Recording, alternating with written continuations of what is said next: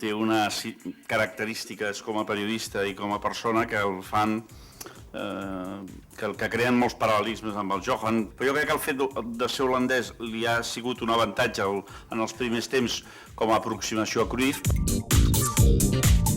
O sigui, Cruyff l'hauríem de posar a la llista de Dalí, Miró, Gaudí, Cruyff.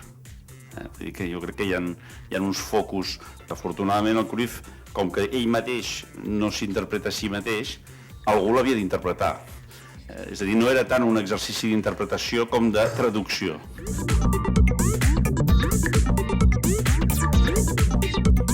La gent era devota o l'hagués penjat d'una foguera al mig de la plaça Catalunya, no hi havia terme mig, i en canvi l'Edwin aporta una visió racional, evidentment més d'acord amb l'ofici de periodista.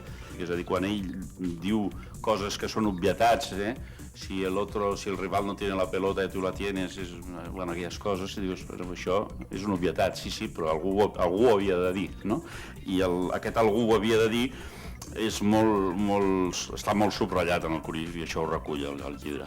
Aquest model jo crec de llibre és molt amè, passa molt de pressa, acumula moltes coses que evidentment moltes les sabem els que estem aquí, però suposo que això té una intenció d'arribar més enllà. Sempre que algú ha fet una aproximació des de fora al Barça o a Cruyff hi faltava l'element culer. Llavors jo crec que el Winkels ha fet una bona obra que un cop la Generalitat li valorarà en forma de medalla de Sant Jordi o de creu de Sant Jordi, que és que ell s'ha sacrificat i ha dit, bueno, aquests tios em demanaran sempre que jo els entengui, però per això m'haig de quedar un temps.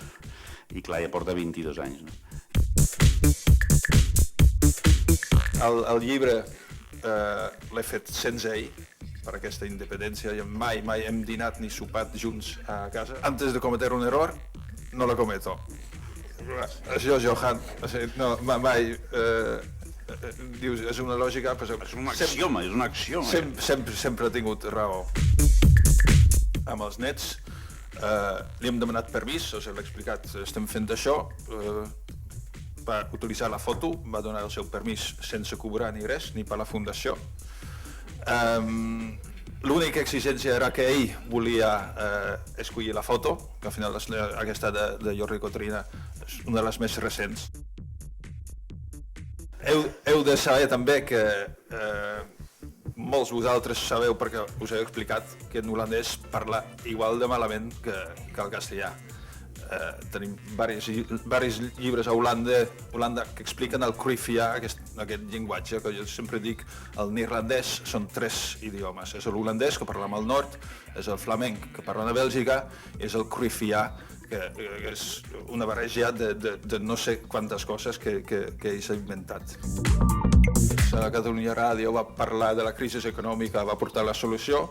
A Holanda hi ha una frase aquí de Holanda té un gran problema amb la congestió de trànsit de les autopistes i cada dia hi ha 400 quilòmetres de cues i Johan va portar la solució. Clar, havia 5 ministres ja que ningú havia trobat la solució i ve el Johan, diu, home, és fàcil. En holandès, clar, però us diré en holandès.